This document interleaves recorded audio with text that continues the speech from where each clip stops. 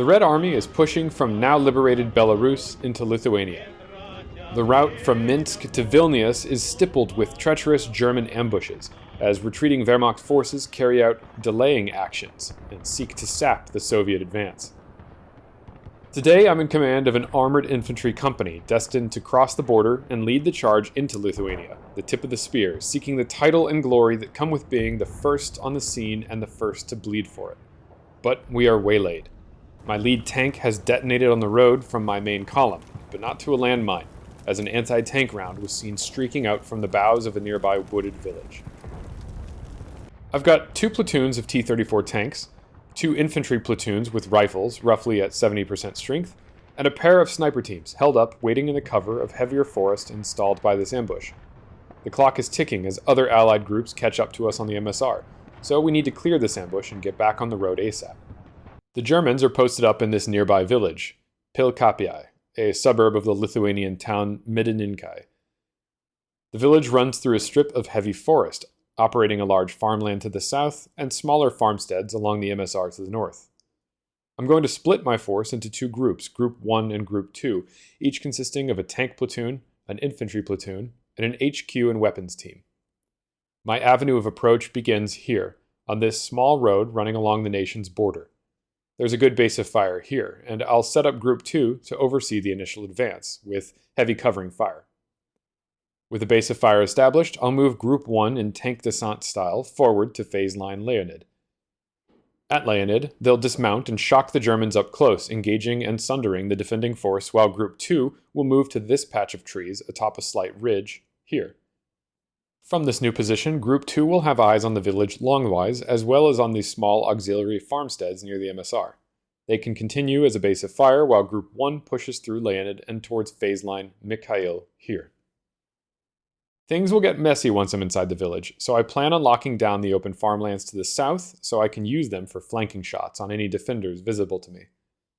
With visibility on both sides of the village, and a strong force punching up the middle, I hope to stun the defenders with this tank rush and rout them so that I can reach Vilnius in time for dinner. My T-34s kick into gear and lurch up the road, making for the base of fire while staying in heavy wooded cover from the ambushers. There is little tension among the troops. Our tank descent shock tactics have worked brilliantly against the Germans so far, and there's general excitement about the chance for this kind of glory. Beating on a retreating force has been great for morale, and the tank engines just drown out the song sung of this march to victory. The Germans hear the cacophony as well, and they notice movement among the heavy foliage. A machine gun opens up on my base of fire, but the bursts are inaccurate and do little to faze the riders.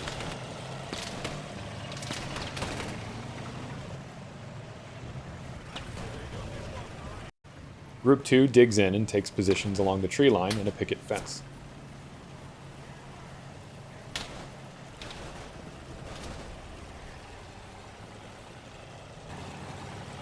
As more of Group 2 arrives, the Germans pick up their volley. As they do, the T-34s follow tracers back to their origin and greet the enemy position with HE fire.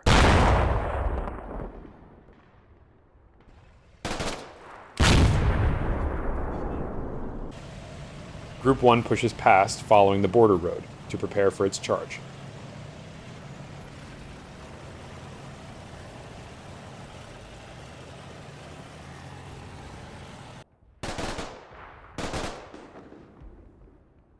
This amount of movement really gets the Germans' attention, however, and a German AT gun makes its presence known.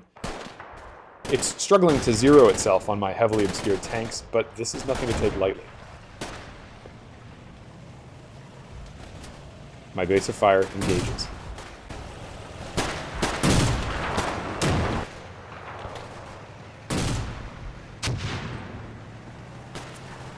One of my tanks manages to knock out the AT gun, a lucky shot. The softening of their line is going nicely.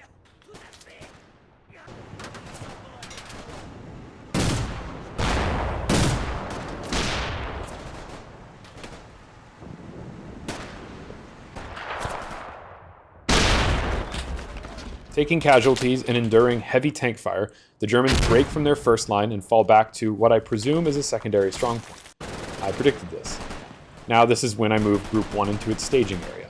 I pepper the German line with light mortar fire and a few smoke rounds to obscure the Germans' south flank, an area I can't quite get my eyes on, an area that could counterpunch my charge if I'm not careful. The mortars are effective though, and I anticipate a good degree of German casualties at this fallback line that they've set up.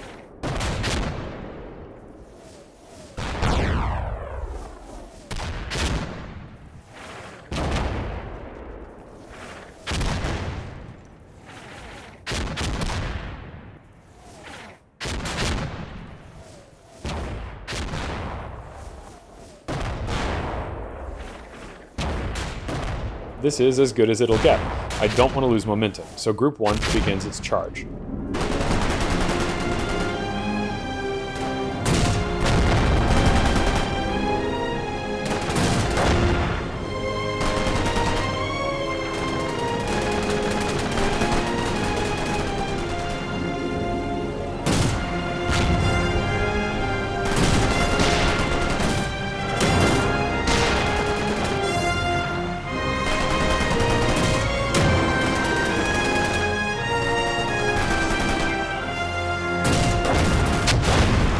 With light smoke cover on the front line and medium-strength mortar fire falling near the rear of the Germans, I hope to pin them between a rock and a hard place.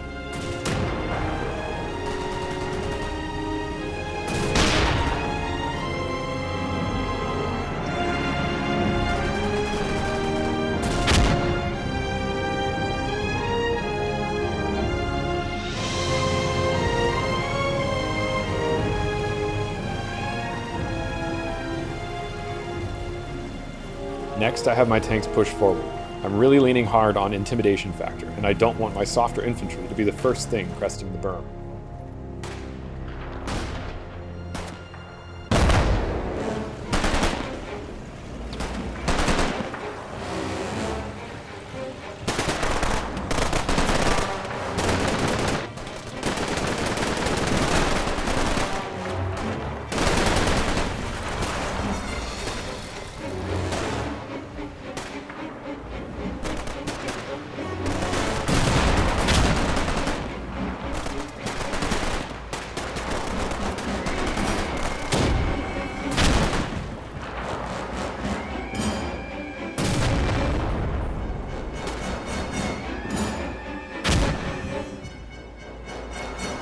While the fight continues, Group 2 has remounted their tanks and they ride to their end of Leonid.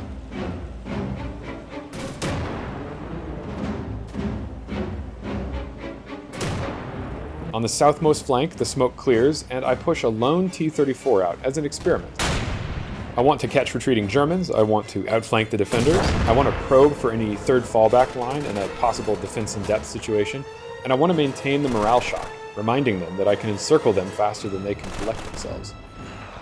Still, for all the work I'm proud of, the CQB along Leonid is bloody. German forces are well trained and dug in with effective lines of fire. They wreak havoc on my attacking troops, and 1st Platoon Group 1 takes a good few casualties while fighting, inch for inch. My flanking tank stumbles on a German AT gun, barely seeing it in time to open fire. A few canister rounds do the trick, but this immediately spooks me. Visibility from these World War II-era tanks is abysmal, so I pulled the tank back to avoid some overextension.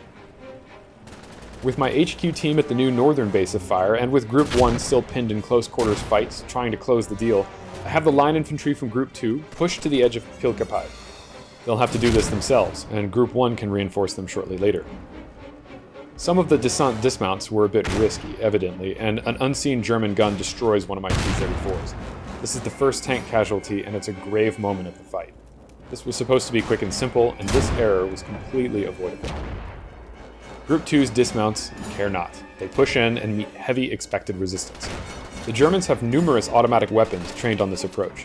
Part of me wonders if I should have outflanked them with the tank descents across open farmland and dismounted at an unexpected latitude of the forest, rather than pushing straight down the kill lane. This is likely a lesson for my next fight, as I'm fully committed now. The Germans have heavily fortified the village homes with overturned furniture and are difficult to hit, but my overwhelming fire drives the first line of defenders to surrender. At the same time, I try to play force multiplication. My tanks are vulnerable to whatever shot them from afar, so I start to push them through the dense woodland into close battle. It's risky, but I only push as far as my infantry can support. I don't want to get thumped by a Panzerfaust or worse.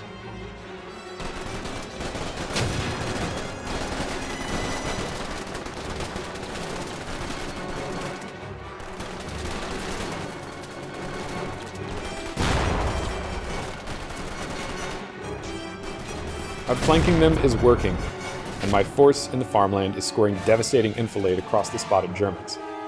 Can't have too much of a good thing here, so I continue to push this way. Phase line Mikhail is close.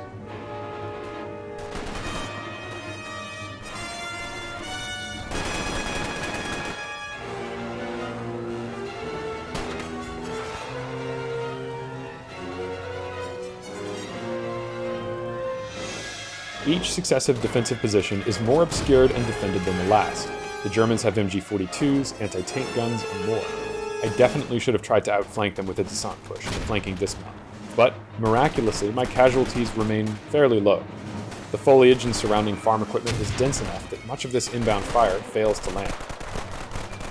Once I get my infantry platoons in good range for the PPSH to fire, things wrap up quickly. My flanking tanks close aggressively on the final German strong point, and I reveal that AT gun that popped my tank earlier, so I can deal with it.